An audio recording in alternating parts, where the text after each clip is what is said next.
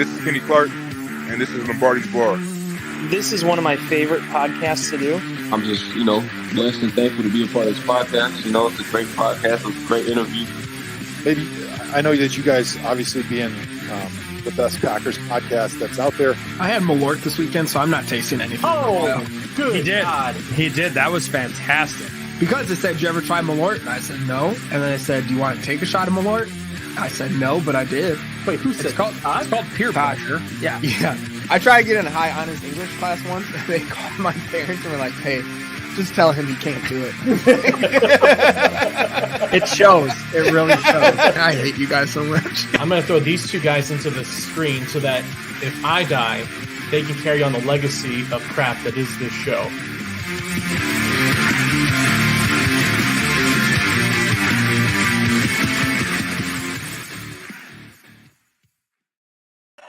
Packer fans, welcome in. It's different week, same story with your Green Bay Packers. Another loss, 4 in a row now, and to sandwich on top of the loss, they've sprinkled on the seasoning salt, the Mrs. Dash, if you will, of nothing happening at the trade deadline.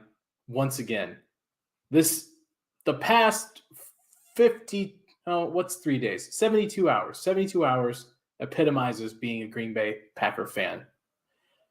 Welcome into Lombardi's Bar, everybody. I'm your bartender, Dan Konik. Thank you so much for joining us tonight. If you have not done so already, take a chance to go over, hit subscribe on the YouTube channel so you get notified every time that we go live. We got a lot to talk about. A lot of feelings to work through, obviously, with the trade deadline passing again. What does that mean for the rest of the season moving forward now? What does that signal for the organization? But we also have a game to talk about this past week, Sunday night against the Buffalo Bills. I'll start with that as I bring in our two lovely co-hosts here, our barflies. I'll start with you, Todd Varney, if you want to join us here. What was your feeling going into Sunday night? How were you feeling going into it? I know I picked us to win last week, but that was wishful thinking. Mm-hmm. I didn't think that we would actually win. However, I think even if the Packers were having a good season, coming out of Buffalo as with a 10-point loss, I think we'd all feel pretty good about it. Unfortunately, the season's not going well. But this might be our best. If there's such thing as a best loss, this is probably our best loss. Yeah, I don't know. I hate playing that game of, if you told me at the beginning of the year that the Packers would lose to the Bills by 10 points. I don't care if you like playing it or not, Dan. I'm going to play it. I want to. Play the game. This is my party, and I'm playing it. Players are going to play. Let's bring in Jimmy as well. Thank you. Jimmy. Sorry, Todd's such an ass. What was what your did feeling? I do? No, not an ass. Ass wasn't the right word. Just, it made me laugh. Go ahead, Dan. What was your feeling going into Sunday night, Jimmy? No, just like Todd. It was at the beginning of the year when we thought this team was going to be functional. We knew this was going to be a tough game, and there was a chance we'd lose by like 10 or even they'd kick our ass. So with the way the Packers have been playing this season, we lose by 10. We finally ran the ball. Like, this was a game I expected to lose even when I had high hopes for the year. So I wasn't too bummed about it. But did they run the ball well because the Bills allowed I don't give a shit about that. They finally committed to the run. I'm going to take away all context because we've been begging for them to just stick to the fucking run for weeks. And they finally did. They decided to run the ball once they were finally down three scores on the road against the best team in the NFL. Hey, Nonetheless, you ask, you shall receive. It happened. Thank you, Matt. Guys, I don't know. I went into Sunday night and I felt, usually there's a sense of kind of anxiousness, excitement about the game is like, oh, like this could go either way. This is the game that kind of makes the season.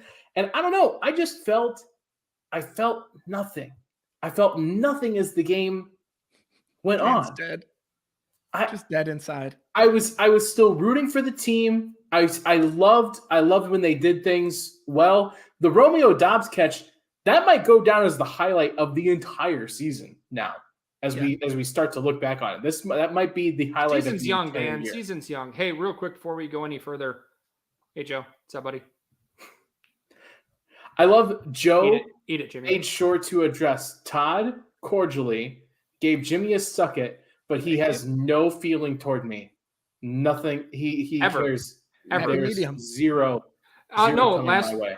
last week he had feelings towards you. Since Jimmy wasn't here, you got the suck it.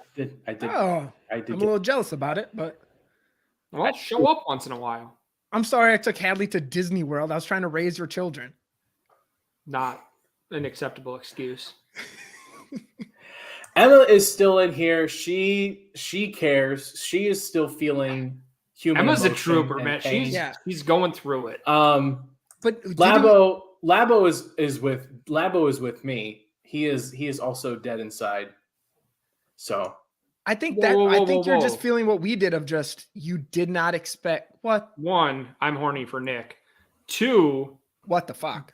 Dan, what is this? I invited you to this, Todd, When? last week. Oh, when I said I was taking a road trip out west, and you were like, Oh, "Well, if you man, want to come to convenient. Detroit, No, wait a you minute. want to go No, to Detroit no, you instead."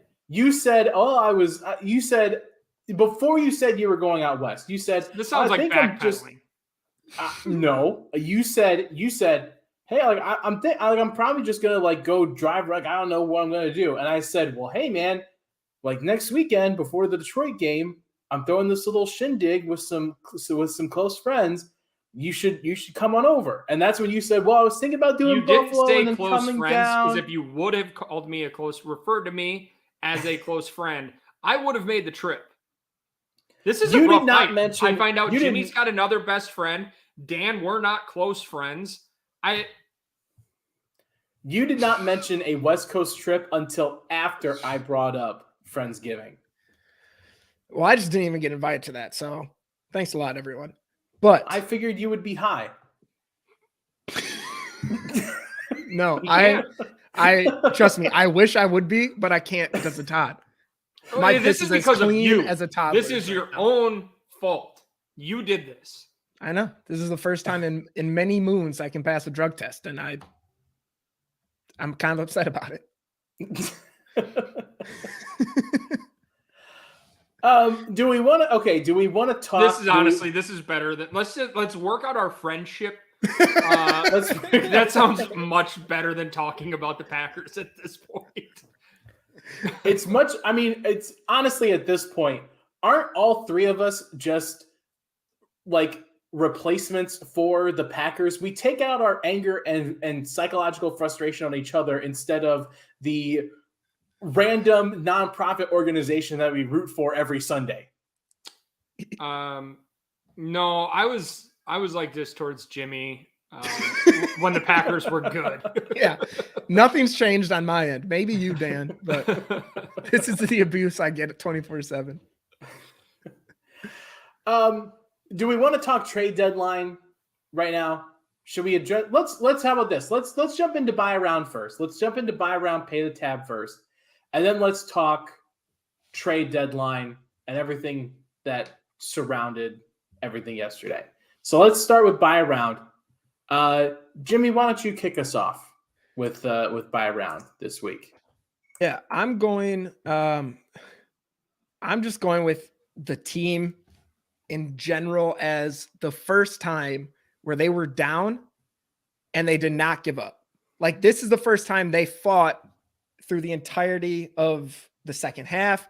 They had some mistakes. They had some things not go their way. There was a lead. Buffalo built the lead, and not even this season, the entirety of Matt LaFleur era, when they get down or they get punched in the mouth, they just curl up. And this is the first time I honestly I guess maybe you could say the Tampa Bay Packer game in the playoffs because they were down and they fought back a little bit to make it close. But like, I feel like this is actually like the first time they kept the game going throughout the entire, or they kept the fight throughout the entire game. So like, I don't want to be that moral victory guy, but that was the one thing where I was like, fucking finally, like just a team that did not give up when they were down. Because we see horrible teams like the Detroit Lions. They're always fighting. They suck, but they're always fighting. And so at least it gives me a little bit of hope as the year goes forward. Real quick, shout out Jay. Welcome in, buddy. Cheers. And also our world traveler, Tim, joining us back in. Welcome in, Tim. guys. Yeah, I agree. We get to see Tim in a few weeks, boys. Yes, we do. Like almost exactly a month from now. Yeah. Be weird if you would like use that as a segue into promoting something, Dan. Well, we're in the middle. We're in the middle of. Who gives a shit? We're in the middle of a segment. We're in the middle of a segment. See what I'm working with here. Jesus Christ. No, does it? Did I kill Jimmy's Jimmy? Dead. You've killed Jimmy. No, I had water and I didn't want to spit it out.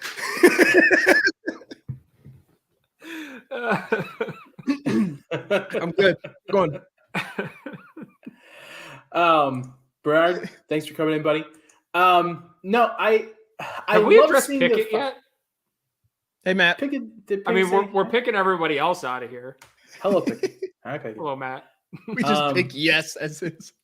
Yes, from downtown. Yes. Does it bother you, the comments about them saying that this was the first game of the season that they felt the energy was right going into a game? No, I stopped giving a shit what Matt and Aaron say weeks ago because it doesn't. Was it Matt though, or is it just Aaron? It doesn't. To me, it doesn't matter which one of them is saying anything. Yeah, they're one and the same getting, at this point. Yeah, all we're getting is coach speak out of them, and they're just like, it's unacceptable that Aaron Jones. There's no place in this world for a game in which Aaron Jones gets less than 20 touches. And then they come out the next week and give him 5. And you're like, right. Okay, I don't care what you're saying. Until I see it translate into a game, whatever you guys are saying is pointless and means nothing to me. See, I was on the opposite side of you. Like for him, because the week before he was just talking about how like good. That players, means I'm right. That's fair. That's a good assessment. Just like last week was like, oh, players, if they're making mistakes, they need to be out. They shouldn't be getting playing time. Like he's been giving his truthful thoughts on these things, like on the Pat McAfee show. When he's in front of the beat writers, I feel like that's when he does more of that like coach talk. But I think for him to say like, this is the first week where I thought we actually had a good practice. People were focusing in on every rep. We came to the game with the energy that I thought like we were ready to play a game in. It had me worried. Just like, what the fuck have you been doing the last 7 weeks? I don't know that like, it did have me a little bit confused on like, how did it take this long for a professional football team to have energy going into a game? You guys have been sucking ass for the last 4, 5, honestly, the whole season, really. Like there hasn't been a game where we won like easily.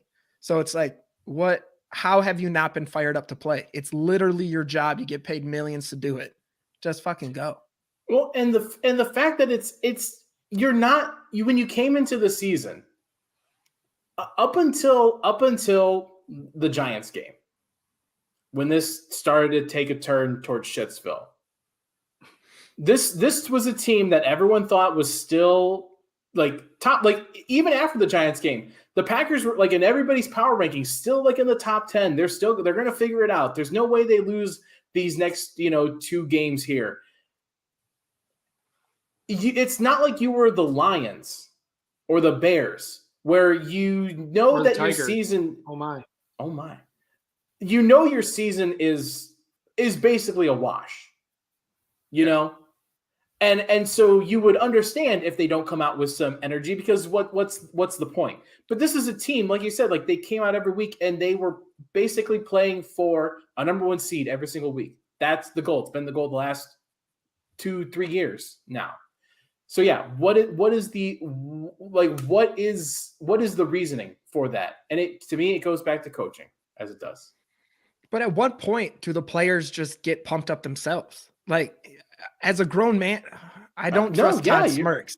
Like, as a grown man, like, you shouldn't need another person to be like, hey man, let's get fired up for this game. Like, no, this is what you're supposed to do. You don't need your coach to get you riled up. This isn't Pee-wee in high school football. No, totally. But I think there is something about when you have a group of 52 players, one person on the team, like one person by themselves can take care of themselves. When you put 52 guys together and you kind of start getting into a group think, that's the job of the coach, is to keep them focused, make sure practice is running in a way that keeps them focused and keeps them in the right mindset. Like that's half of your job is to put guys in that right mindset.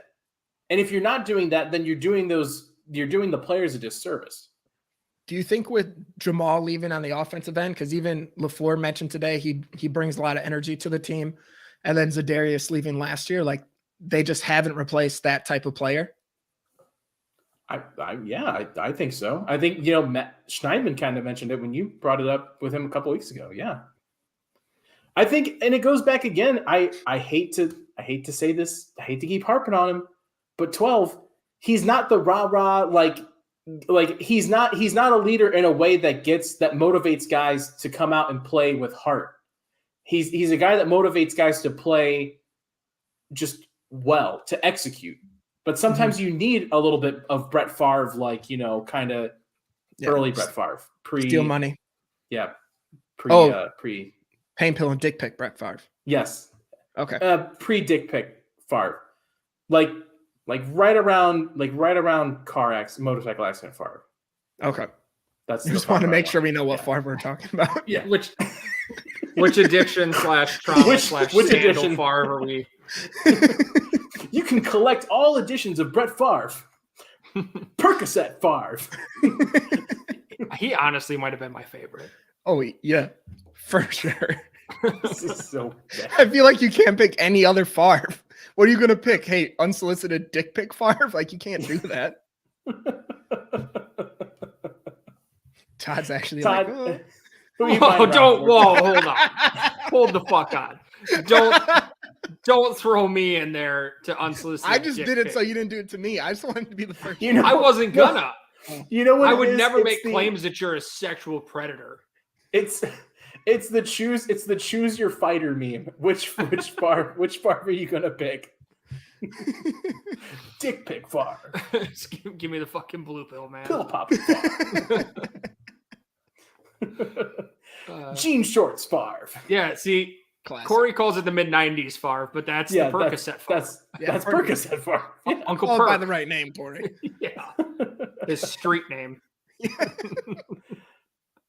Todd, what about you? Who are you buying around for? Holy shit, we're still doing buy around. Okay. We are. I'm gonna go one buy around segment. Yeah, I'm gonna go with the Rising Tide in Seabrook, Washington. I'm gonna buy around for the staff there for not having a TV on their wall when I walked in there just before kickoff on Sunday. It didn't stop me from sitting down and having dinner. And it was actually a really nice night not watching the game. Probably about 20 minutes into dinner, I looked down and got a text message that said, "Don't bother turning the game on." And I was like, okay, good to know. I enjoyed the hell out of my Sunday night, which I wouldn't have done if they had a TV in there. So shout out Rising Tide if you're ever in Seabrook, Washington, town of like 14 people. What kind of cuisine are we talking about here? Seafood? So I had, they've got little higher end bar fare. I had some chowder with one of the best rolls that I think I've ever had. And then I had some Brussels sprouts with a honey balsamic glaze on them. Ooh. And then some salmon that was fresh caught a few days prior and just cut that day. So it was terrific. That sounds good. And then a mixed berry cobbler for dessert. And it was one that was like the little dish that was baked just for me that I burned my hand on because she handed it to me and said, "Careful, that's hot." And I touched it.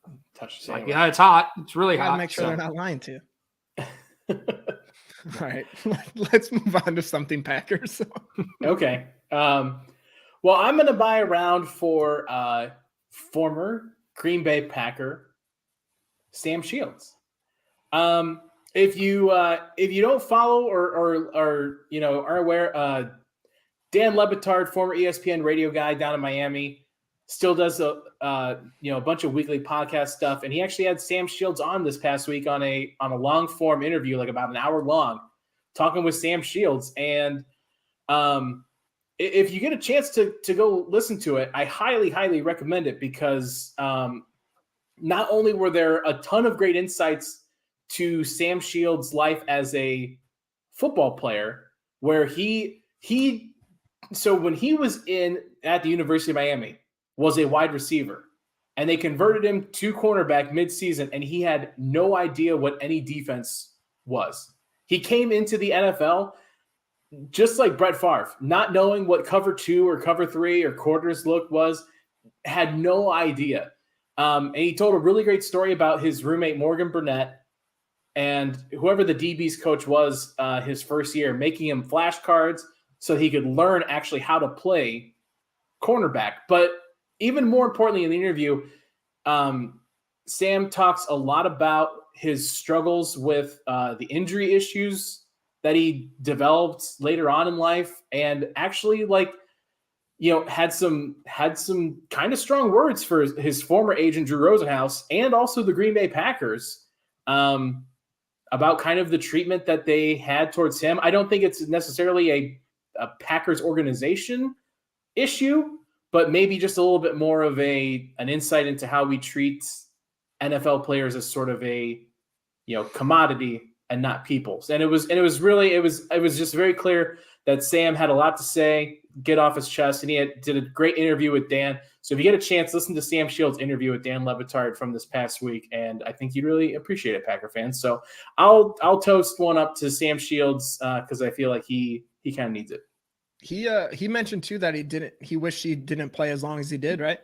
He mentioned he didn't even want to play football. He mentioned if he was asked if he had a chance to go back and play again, would he do it? And he said no. He would not have played football again if he could go back and have the chance. He would have been a garbage man or done something else. And it's just another kind of reminder to think about this past week with Christian Watson, all the fucking morons, fucking idiots ragging on his mom on Twitter because his son suffered a pretty serious injury. So. And that's remember to think about him as people. He had hamstring injuries. That happens to most people that are freakishly fast. Right. But then he has a head injury. Relatable. Yeah, Todd knows. Todd's super fast. Yeah. And they his hammies never feel good. Then he gets a head injury, and then that's when everyone wants to be like, oh, he's not cut for the NFL. Like, you weren't saying about Rashawn Gary last week when he got taken out of the game with concussion, right? Or any other those are head injuries that are happening when freak athletes run into each other. Like that's what drove me nuts, is like, out of all injuries they're going to harp on is a concussion. Like, that's part of that happens when you play football. That's no one's fault. It's just, you're not meant to collide like this. And we watch it every fucking week. Yeah. Yeah. So yeah, again, shout out to Sam Shields. It was really great to hear his story, and at least check out on him, because he's kind of one of those guys that kind of fell off there for a while. So good to see him still doing well. Hey, real quick, while we're talking about fantasy football, Jimmy, how's your team doing? You're muted. Second place. The one that had Trey Lance and Russell Wilson as your quarterbacks? Yep. I traded Kenneth Walker for no Lamar one cares. Jackson. That's very impressive. Anyways, I got Lamar let's Jackson now. So okay, let's move on. Okay. Yeah, you didn't know how that was gonna end up, did you? How about pay the tab? All right, that works too. Yeah, let's go there. Let's go there. All right. I'll start. Pay the tab. Oh, okay, Todd, take the reins, buddy. What did I do? Because Dan jumped in on my other one that I was going to do, but that's fine because let's go with that one last. So I'm going to roll with Jimmy. I gave Jimmy a rule. No more jerseys. And he broke it. Yeah. And he's got 2 on the wall behind him of rookies.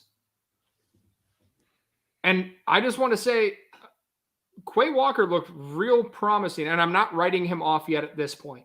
But he looked real promising prior to you getting that jersey. Since then, he's been a step slow. Hasn't looked like the same guy he was prior to you getting that jersey. And now he's getting thrown out of games. This is on you, Jimmy. It's the reverse. Stop buying Lombardi's bar fucking jump. jerseys. I think the worst part is I was wearing the Quay Walker one on Sunday too. Okay. And now I never wore that one. I was like, I'll just wear this one this week. He got kicked out. So that one will remain on the wall. I'll go back to Dobbs. No. Dobbs, Dead when or I retired. wore That's him the before, rule. and we were 2-1. No, you're done. What do I wear on Dead Sunday? or retired. That is Whatever my you're jersey wearing rule. Packers shit right now. You Stick don't to have it. to wear a specific jersey. Billy Turner crop top. Good, yes, fine. He's not on the Fine. team. He's not Wear here it. anymore. Okay, I'm just making sure. Jamal Williams, Clay Matthews, Devontae Adams. right. Those are just the ones There's behind you. Wear those. half of them do not play for this team. Yes, correct. Yes. Yes. I don't know. I don't have a defense. supposed to wear? I don't have a defense. I'll wear my Money Lynch one. That's what I'll do. Pay the tab, Marshawn. Jimmy. Just pay the Yeah, tab. pay the tab, Jimmy. Honestly, when I saw my name on there, I thought I didn't know where this was going to go. What did you think it was? I thought it was going to be Disney World. Todd, you have things you could probably bring up and make me look really dumb. And so I was like, oh God, what's going to happen? That's true. It's not hard. Yeah, so I'm fine with that. Pay the tab. I'll pay it.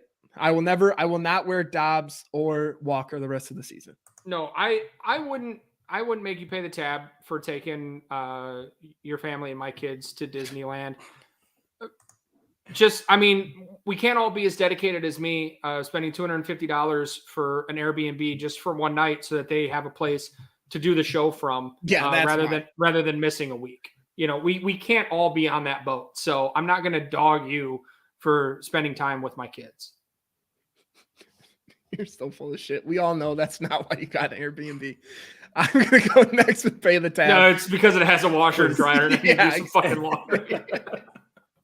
I'm going with Joe Barry. There's plenty of ways you could go with this. My biggest one is you put Jair Alexander and said, hey, follow Garrett Wilson against the Jets. Garrett Wilson, a rookie wide receiver who did nothing during that game. You see Jair and Stephon Diggs talking shit going onto the field. He has a great pass breakup against him, like one of the first 2 passes of the game. And then your strategy after that is, hey, let me put him on somebody else than Stephon Diggs and let him go for 100+ yards and a touchdown. Like, at what point are you just going to say, put my best wide receiver or my best cornerback on their best wide receiver and let's see what happens? Like, you paid him money for a reason. Just put him on Stephon Diggs. If not for anything, just the entertainment of watching, or for us to just watch those 2 go at it, talk shit. Like, you saw Rasul Douglas get burned after those 2 jawed.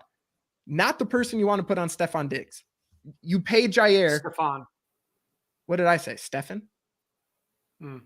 Mr. You don't want to put Jair on Mr. Diggs. Well, don't show him that kind of respect. Diggs.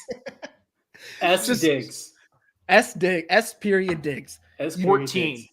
14. Number 14. Just for the love of God, just put Jair on the best receiver and figure the rest out.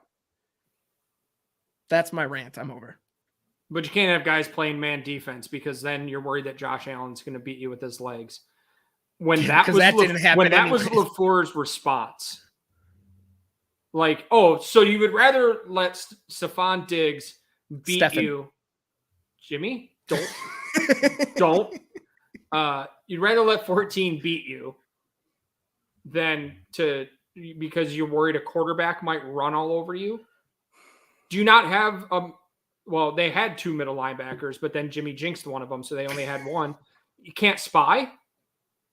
Like, the defense is perpetually frustrating. It is. Good word. Which one? Perpetually. Perpetually? Defense. Yeah, I said Is? and actually, it was the got me. The- Yeah, And- I was like, oh my gosh, that's really good. Can we, before we go into Dan's, Uh-huh. I'm going to throw another one in that just came to mind here. Sure. Darnell boy. Savage. Yep. What Yeah, the let's fuck? talk about that.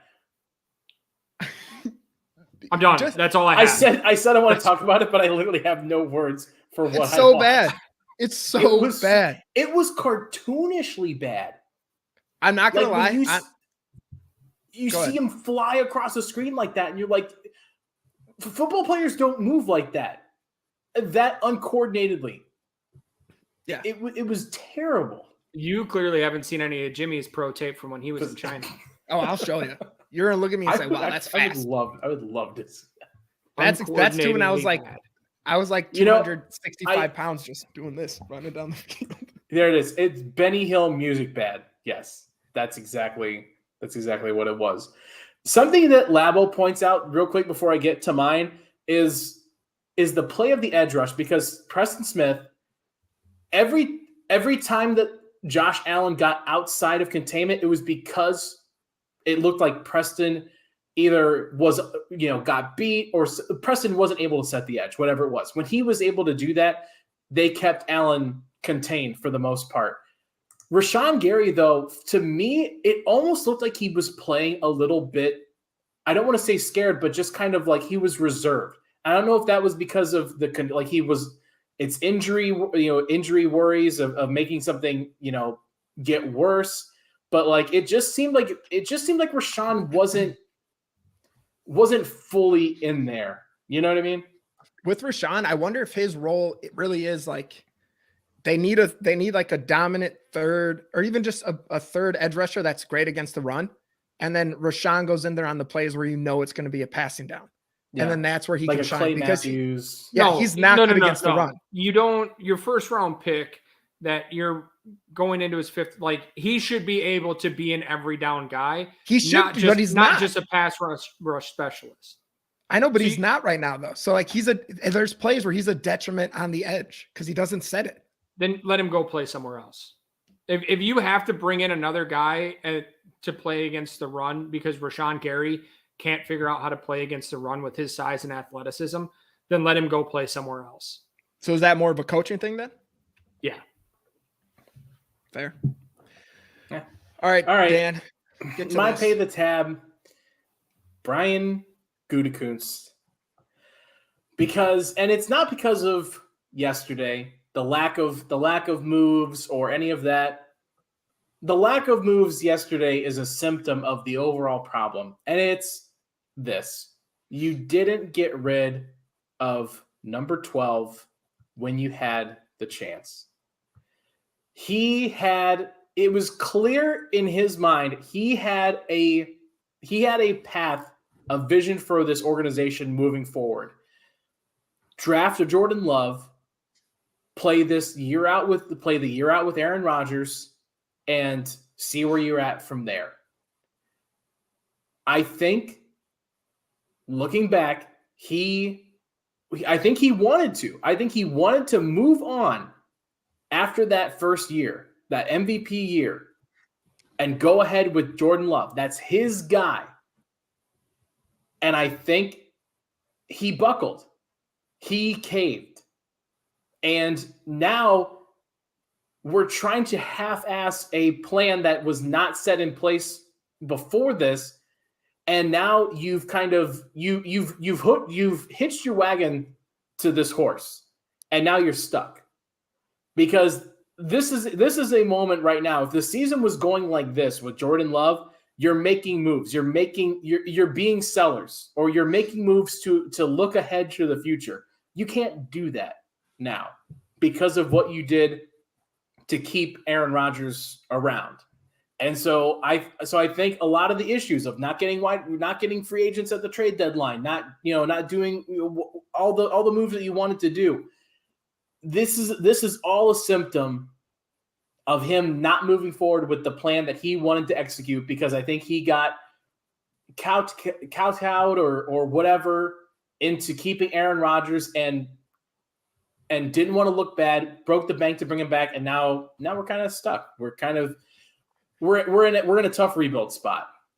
That's the thing. I think with not getting weapons, I think it's going to be weird with how the new contract is. But I think at this point it was Rodgers' play dropping off like it did. I think that sparked we need to move on from him, and why give up draft capital now if we're going to figure out a way in the near future to dump him. We're gonna have to keep these picks to either provide weapons for Jordan Love, like you're saying, or for whatever quarterback takes over. But I think with the play that's happening now and just the huge amount of cap that he's taking, this really could be, if it's not this year, I don't see Rodgers playing past 2023 with the Packers, unless he has another resurgence. But the way he's playing, I don't know if that's going to happen.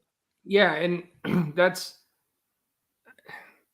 they also have to worry, is he going to be back next year? Like, they can't give up picks. If they knew he was going to be back next year, then sure, give up a couple of picks and go get somebody, because you're going to have Aaron around. Where if you're making a transition to a Jordan Love and you're not sure if he's the guy, so you're probably going to draft another quarterback third round or earlier, I would assume, if Aaron leaves, then you want all of the picks that you can get, which to me doesn't make sense that they didn't sell at that point. Like, if Goody's there and going, okay, we're not going to be able to get anybody, you've got Aaron Jones sitting there.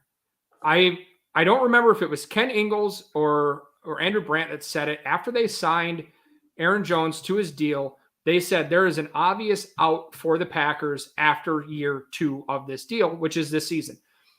If there's an obvious out and they're going to walk away from him at the end of this year, why are you not selling him at this point? Yeah. If you're not buying and you're not selling, and this team looks like it does, then what the fuck are you doing? Yeah. Right. And the worst part about it is you still don't know what your plan is for quarterback next year.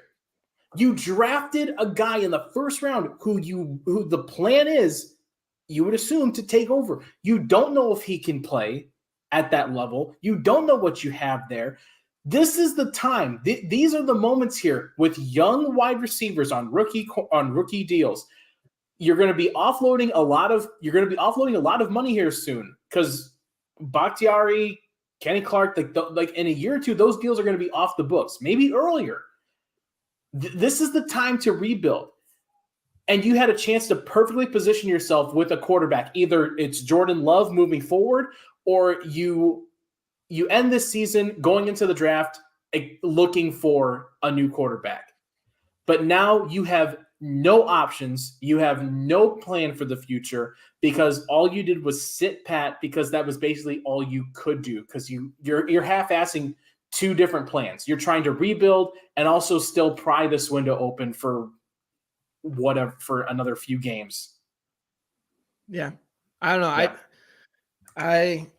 They need to convince the Colts that they need another old veteran quarterback and see what the fuck we can get this offseason. But I really think it's going to have to be, if Rodgers doesn't decide to retire this season, Goody just needs to grow a pair and just be like, look, I'm making the decision. We're moving on from you. We'll eat the dead cap for a year. But I think it's either we're going to play this limbo for seasons to come, or Goody just has to make the decision. Yeah, I agree. It's time. It's time. Shit or get off the pot. And Brian needs to figure out which one he's doing. Okay, before we get to our guest and bring her in to talk about the game coming up this week and the state of just this. A quick reminder that we are in the last few days of our Best Bar in America contest, our Best Packer Bar in America contest. Sorry to give you a perfect transition for this at this point. Yes, halfway through the middle of our first segment.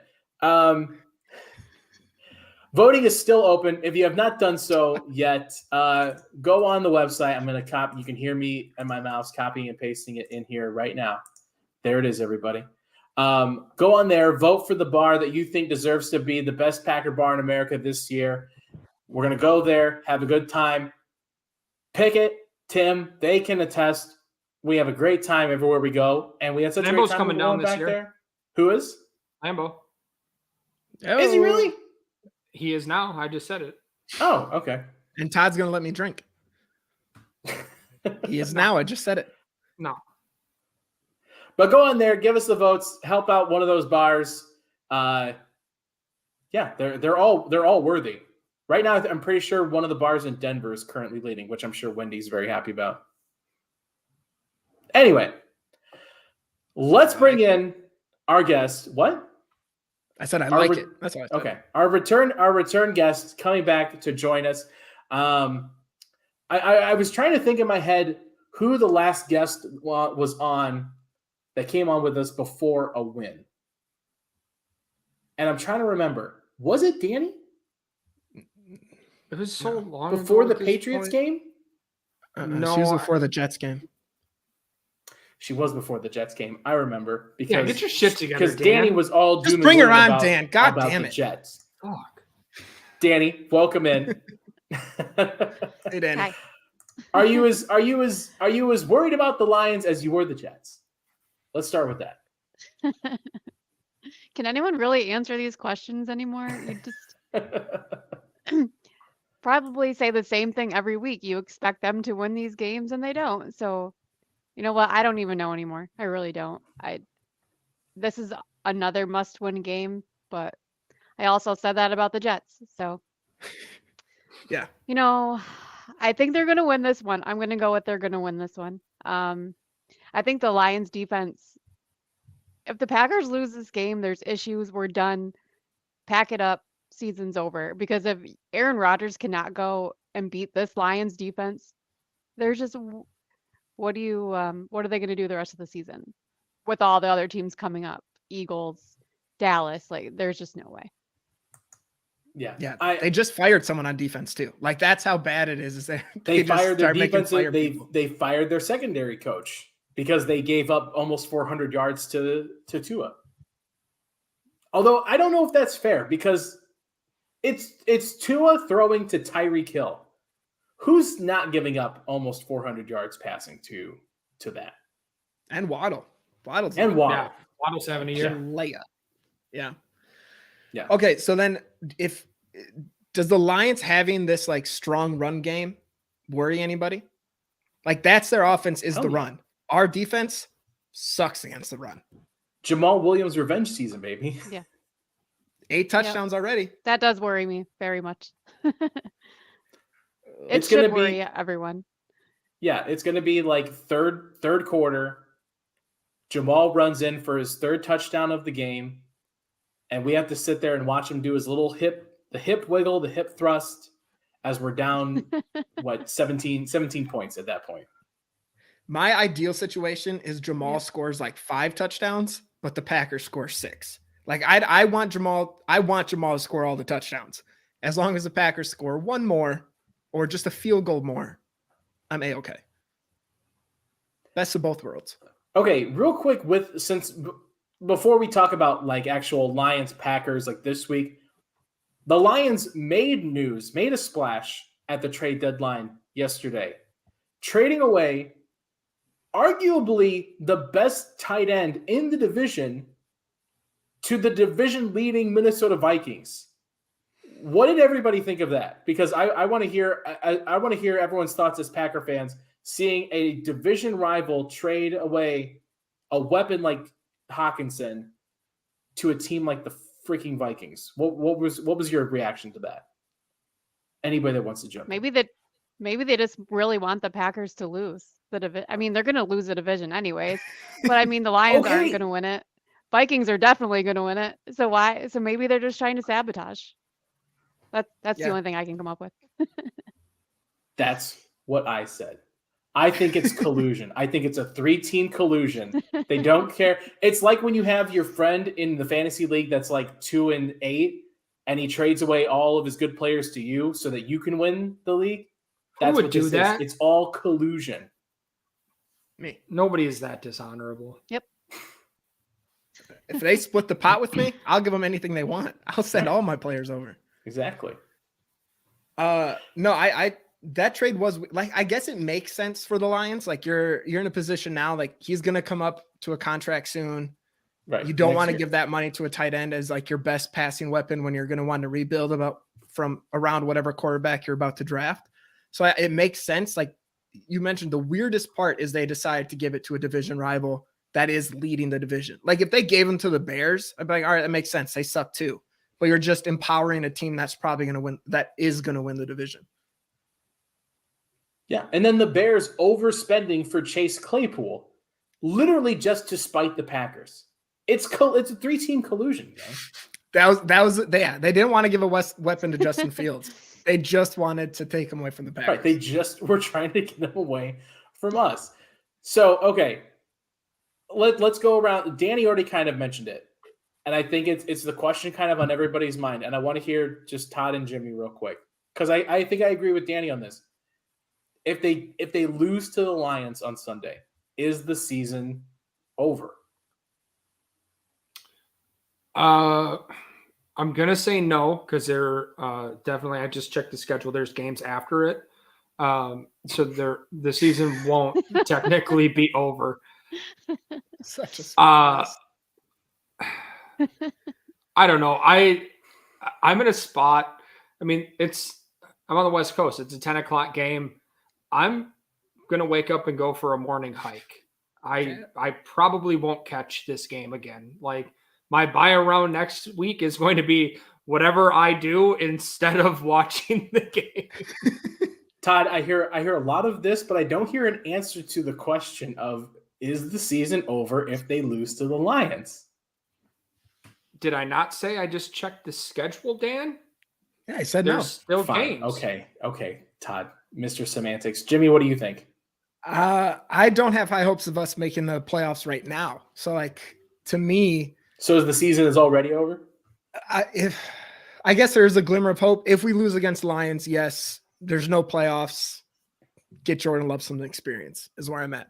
Truthfully, like 12 is the guy to get you the best chance of winning. At the point of us probably not making the playoffs right now, for sure not making if the Lions beat us. I'm all for letting Love go and see what happens. So go ahead, Todd. If you have Aaron go get that thumb surgery, then he will be healthy earlier, increase that trade value this offseason to the Colts or the Broncos. Let's face it. They'll do whatever. They'll take them. Jimmy, are you saying, Jimmy, they lose the Lions this week, start Jordan Love? They lose the Lions if they lose the Lions this week, I would prefer them to just see what they have in Jordan Love. Yes. Will they do that? Absolutely not. But that's what I would Danny, prefer. your thoughts on that. If they is this the game, if they lose this game where you just say, fuck it, start Jordan Love? It's hard because of how bad the NFC is. What if everybody else loses too? So it's just so the race is still so close. That's what I think is keeping all of us hanging on, because if it was like any other year, well, the Packers wouldn't suck if it was like any other year. But if most of the NFC was playing like they normally would, Packers would probably be out of it by now, I would think. But just by the way everything's going, you can't say, well, they're definitely not going to make it. But if Aaron Rodgers goes in there and loses to this Lions defense, how do you expect them to get through the playoffs and win a Super Bowl? If you're being realistic, Yeah. But technically the season's not over. But Thank you.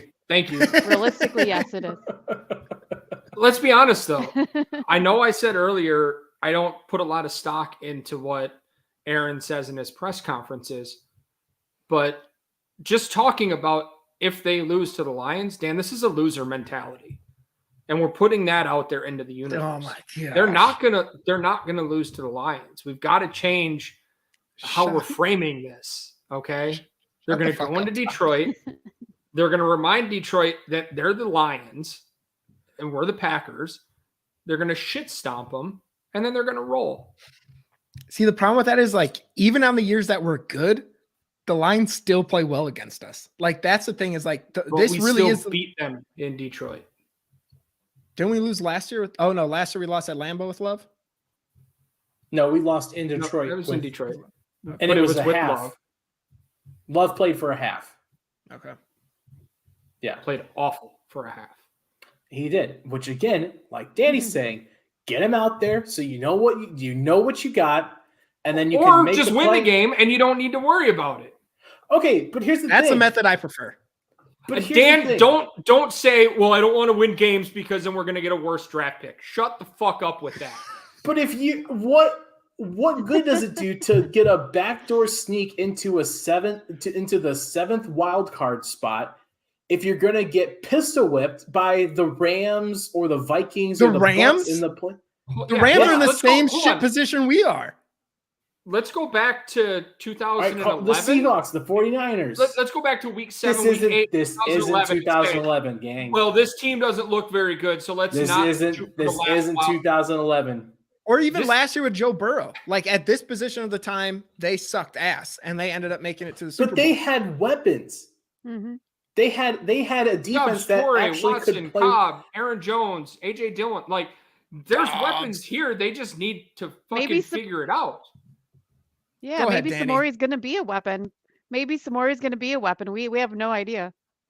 Gang, if any of these weapons become Jamar Chase, I will eat my bow tie live on the show. Okay. Okay, let's dive further into that. What does Touré's stat line need to be this week for you to eat your bow tie? Give us He something. needs to have 150 yards and a touchdown. You're I'll a eat my coward. bow Give us tie. 100 and a touchdown. You're a coward.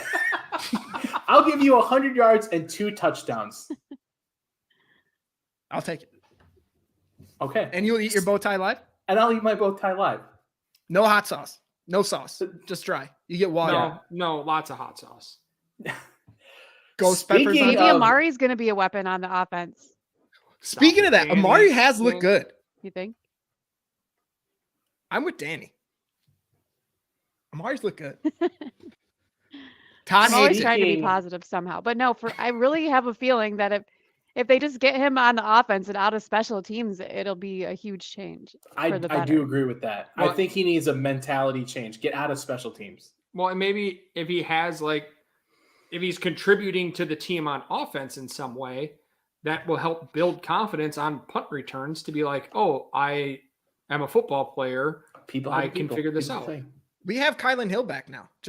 He was returning kicks, just have him return punts and just get Amari on offense. Because every week he's made great plays. Like last week, that catch on the sideline, Mhm. beautiful. The week before that, he had those 2 catches. He had a drop on the sideline, but like that would have been a tough catch. Like that would have been a standard tough. Devontae Adams catch. And we're all giving him shit because he couldn't bring in a ball that was thrown too far. Like whatever. But he's done the plays he was supposed to make on offense, he's been making. Okay. Speaking of bets, if I can make transition to our final segment before we get cut off here. Bar bet time, everybody. I got 3 here for you lined up. The first one, we're going to talk about our good friend, former Green Bay Packer Jamal Williams. Over under 1.5 touchdowns for Jamali Wally himself, Jamal Williams. Jimmy, I'll kick it off with you, Mr. Jamal Williams himself. I'm gonna go with over for the fact of DeAndre Swift did not practice today. And so anytime they get to the red zone, it's gonna be the Jamal show. So I'm gonna go over 3 box yards. Whoa, okay. No. Todd, what about you? 5 Bakhtiari's over. He has already he tied the franchise record for most touchdowns in the first 7 games. I believe he set the record for most multi-touchdown games through the same number of weeks. The previous holder of that record is one Barry Sanders. Pretty good. If you guys have never heard of him, look him up. Also, we mentioned it, revenge game for Jamal. Like Right. it's and our run defense is terrible. So yeah, pound the over. Okay. Danny? I agree with everything he just said. It's everything I was going to say. Smart woman. yeah. Smart woman. So 5, Bakhtiari's over. I think he's going to be pumped to play the Packers. Our run defense sucks, and that's it. So yeah, 5 over. Okay. I will keep it up there as well. 5 Bakhtiari's Over. Jimmy's such a coward. The only coward going 3 Bakhtiaris. Fuck it. Give me Okay. 5. Give me No. 5. You guys can No. You know, No, you're in at 3. I don't want You're in at 5 3. anyways. I was tricking No, you you're in guys. at 3. I'm gonna stay with 3. Okay, we got 2 more left. Let's do these quick. Over under. Aaron Rodgers, 250 passing yards this week. He's only done it twice this year, but it is against one of arguably the worst pass defense in the league. Danny, where do you go with this one? You cut off, so I did not hear the very first part of that. Can you Aaron repeat it? Rodgers, over under 250 passing yards. I would like to say over, but I just can't. So under 2 Bakhtiaris. Oh, okay. Yell at her, Todd. She only did 2. Yell at her. Todd, I'll throw 5 up here for you. Which way are you going? I don't need to yell at her. She's an adult. She can do what she wants to, Jimmy. Next time I pick 2, I swear to God. Oh, yeah, no, that'd be awful. What's wrong with I hope 2? I don't understand. Just not showing a lot of confidence, What's Danny. wrong with 2? Not showing a lot of confidence in your Well, that's pick. kind of. I'm not. I'm not, because he really should go out there and do that. But I don't have all the confidence in the world in the offense right now, or else it would be 5. So then go the Bakhtiaris other way over, with it. But So then here it go comes. 5 Okay, Bakhtiaris remember the when other I way. said You we know had what? to be quick with this? We got time. I'm 2 watching under. the Okay, clock. fine. Nope, go. What do you do? Danny's You going go 5? 2. Todd's going 5. Todd, where are you going? I'm going to go 5 over. Fuck it. We ball. Let's go. Fuck it. I'm following that one too. Okay. Throw 5 up there. Fuck it. We balling. Jimmy. I'm going under. Quicker, Jimmy. Let's Oh, go. bitch. Under 3 Bakhtiaris. It's going to be a game like the Texans last week. It's just going to be run, both teams. Okay. Better? Packers defense. Too many runs. Over under 1.5 turnovers. The Lions turned it over 5 times last week against the Cowboys. Wow. And they've turned it over at least once in all but 3 games so far Hurry up, this year. Dan. Todd, how do you Jesus go? Christ, Dan. Get a little bit longer with that one. 5 Bakhtiaris over. This defense is going to fucking play. They're going to fucking ball. Okay. Danny. 5 Bakhtiaris over. I agree. That a girl. Jimmy. 5 Bakhtiaris over. Jair's having 2 interceptions himself. 5 Bakhtiaris over. This is going to be turnover city. All right. Packers is Danny. by 3. Danny, thank you for joining us again. We really appreciate it. Hopefully this week goes better Thank than the you. last time that you were on. We hope to see you back again soon. For the people that don't know, do you want to let them know where they can find you on any of the socials and everything? Everyone sounds like robots. Is it just me, or is it just my feed cutting in and out? I Yeah, have but no it happens problem. whenever Going all Jimmy's slow like a involved in robot. something. Yeah. No. Do you want to let people know where they can find you, Danny? Okay, Danny in the snow on Twitter. That's it. Perfect. That's all I use. Thank you, Danny. We always appreciate you stopping by. For producer Nick back home, for Todd, for Jimmy, for everyone joining us in the bar today, Dan the bartender saying cheers, and as always, go Pack Go. Go back. Go back.